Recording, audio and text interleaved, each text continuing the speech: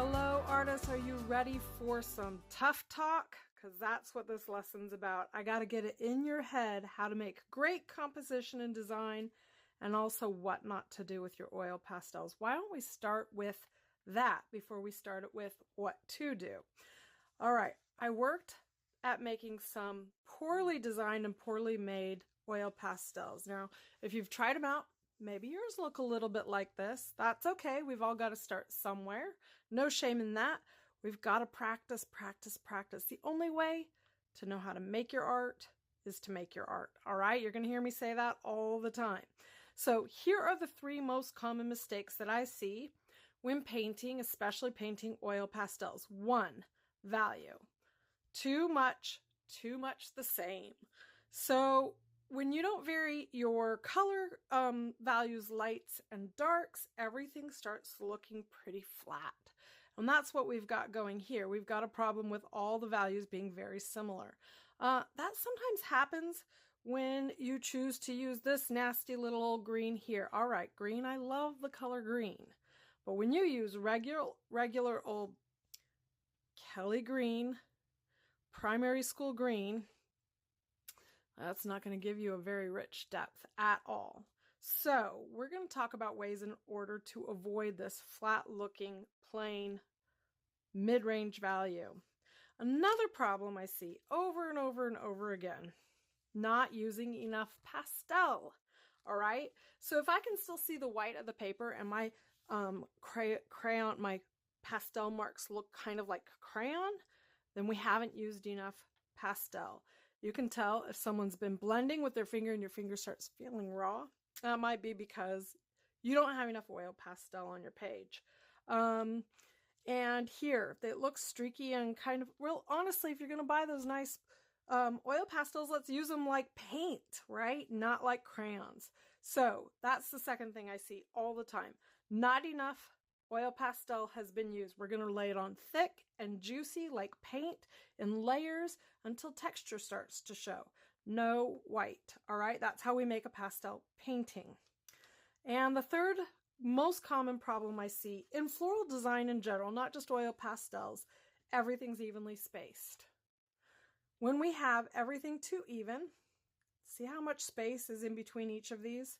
Very evenly spaced right across. Now, in some design work for some artists, this can work, but generally speaking, that's only people who have extensive experience and then revert back to some basic illustrative designs. But that's not what we're going for here. We're looking for a painting style.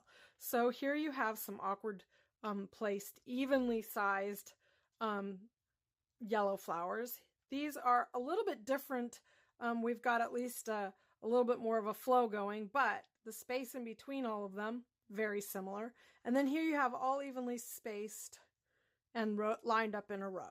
So this is just some basic idea of composition of what is not working, what's not going to make a lovely, rich and powerful painting. So we need to work on our composition. I'm going to give you a lot of tips along the way.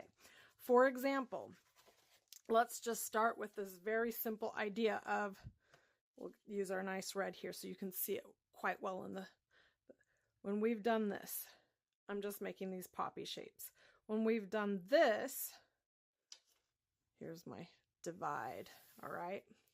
When we've done this for our poppies, and they're evenly spaced, it's a lot less interesting than, you see me block in.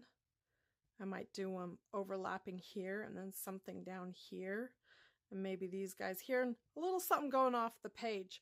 We're starting to talk about interesting layers and depths and different ways of doing painting. So maybe if you don't catch that that's what I'm doing, it comes more instinctively to me because I've been doing it a long time. But I would recommend, if this doesn't come completely instinctual to you, maybe you should design your composition first, or use one of my quick composition guides, and that would be a good way to start before you start laying the oil pastel on, because it is a little tricky. The oil pastel, once you have your basic design, it's kind of hard to change it afterwards. So no to evenly spaced in a row. Yes to all over interesting designs, whether it's top, bottom, doesn't matter. We're going to give them all different sizes, depths, make some touching, make some going off the page. We're going to think about our composition. Here's an example of where I did that. I've got different colors, different sizes, some overlapping, a couple little ones here and a couple little ones down here. So I've got myself a variation in composition. Now, how many of you know about the rule of thirds?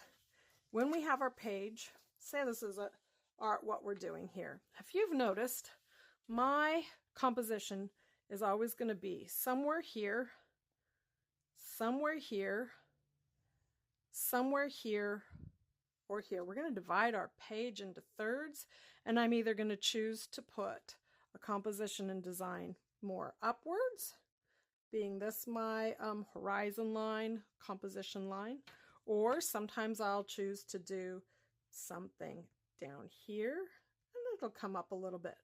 But I'm not doing an all over design, because if I do an all over design, it's going to look pretty busy.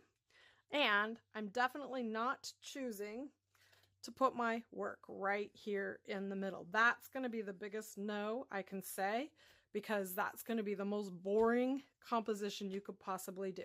So think of your work in thirds, and you're going to have a much easier time finding a good composition. Top third, bottom third, right third, left third. All right, so there's another very basic composition trick that you can go with.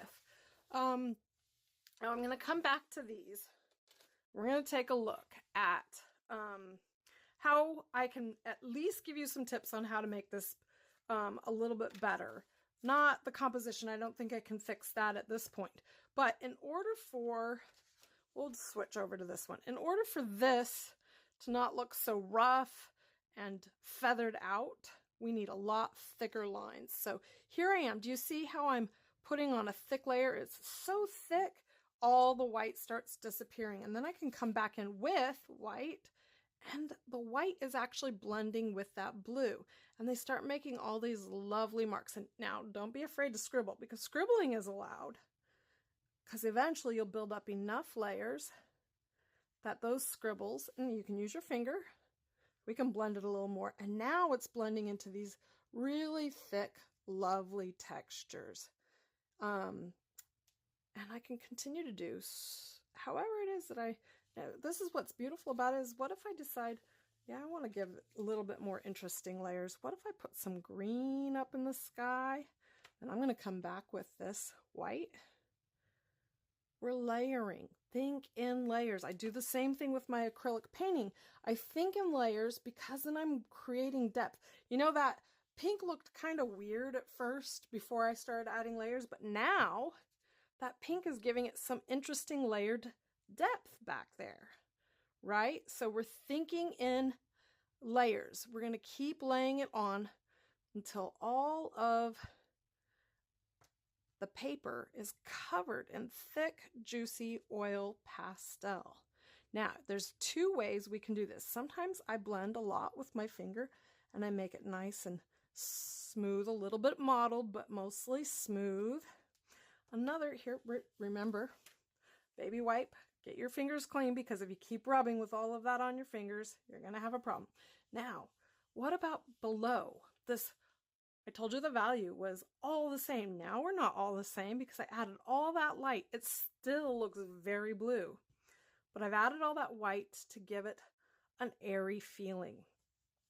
Then I can come in here with a lighter green. Now, didn't I say no to this green?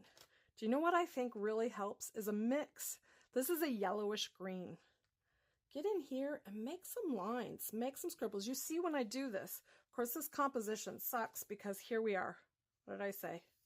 We're like right down the middle, but I'm still just showing you what we can do to give value and life and layers to this work. All right, so I'm going to start adding this in. I have some other fun colors. This is a really pale, light green. Now I'm starting to add all these layers, and I'm layering them on top of each other. So sometimes I use my finger to blend, and sometimes we can start doing this. And I love this. Told you I love these kind of limey greens. So in order to fix this composition, maybe the grasses just come higher, right? So see how I'm altering that first layer. There wasn't enough oil pastel on this to make it a complete oil pastel painting. But by adding more layers, of course I have to be a little bit careful going around those pinkies there. Now I'm starting to get something interesting happening. I'm just started. You know, don't quit too soon. Sometimes you really do have to push yourself to make this work. Now, another really great thing to remember, get your yellow out. Yellow blending in with green. You don't want to add more white. What happens when you add white to green? That's when you start making mint. I mean, now you can if you want to, but if you want a natural grassy look, you're going to be better off. Add more yellow or even pale yellow. I think I have lighter yellows. Here's a very lemony yellow. Look. So more yellow will make it more earthy, and if you add white, it's going to look a little more minty. I mean, some of that has to do with your preference too. Now we're starting to look all monochromatic again. This is where I come back in and I start putting in these exciting darks that are kind of contrasting with all these lines. See how I'm starting to layer it? Now this isn't my perfect painting because I started over a painting that was a poor composition and a poor design. But here we are trying to save it a little bit, at least to give you an idea of how to recover from something that's mediocre and make it a little bit better. And that has to do with filling in all that white, making our composition better. Maybe we need to add a few more bits, change that, make that a little more interesting. Make this bit blend in so it kind of feels like the grass is part of that background sky in the depths of the jungle of your garden, right? Here we go. Let's give a lot of layers to this. Now, see, I didn't clean that. That's why I keep warning you. Make sure you clean that off. Now, what can you do if you really don't want to? Because it's really hard to recover from a dark spot on something light. And there you go. The baby wipe can help remove if you have something that you can't recover yourself because of the alcohol in this. I don't recommend doing it too much, but it's enough that now I can come in with this yellow, more clean, maybe a little bit of this lighter orange. That was a little bit of a dirty orange. See, I'm not cleaning these in between, but I think you're starting to get the idea of how I might be able to make for a more interesting composition design and add more layers to the work that I'm doing so it looks like a painting. I'm going to help get that in your head. We're not drawing. I know it seems like we're drawing because we've got a crayon basically in our hand. We are not drawing. We are painting with pastel. Now we're starting to make something better out of this. The same thing goes for these other ones. You see? Not enough. You can see all of that. And I have seen artists post their piece and not realize, they're like, or ask me for advice over Instagram and say, why am I struggling with? Why is it not coming together right? It's not, and I'm not just talking about a composition problem. I'm talking about those layers. So in the next lesson, I'm going to start from the beginning, how I'm going to pick my composition and design and how I work to build up those layers so that they look thick and rich and juicy, more like that piece there.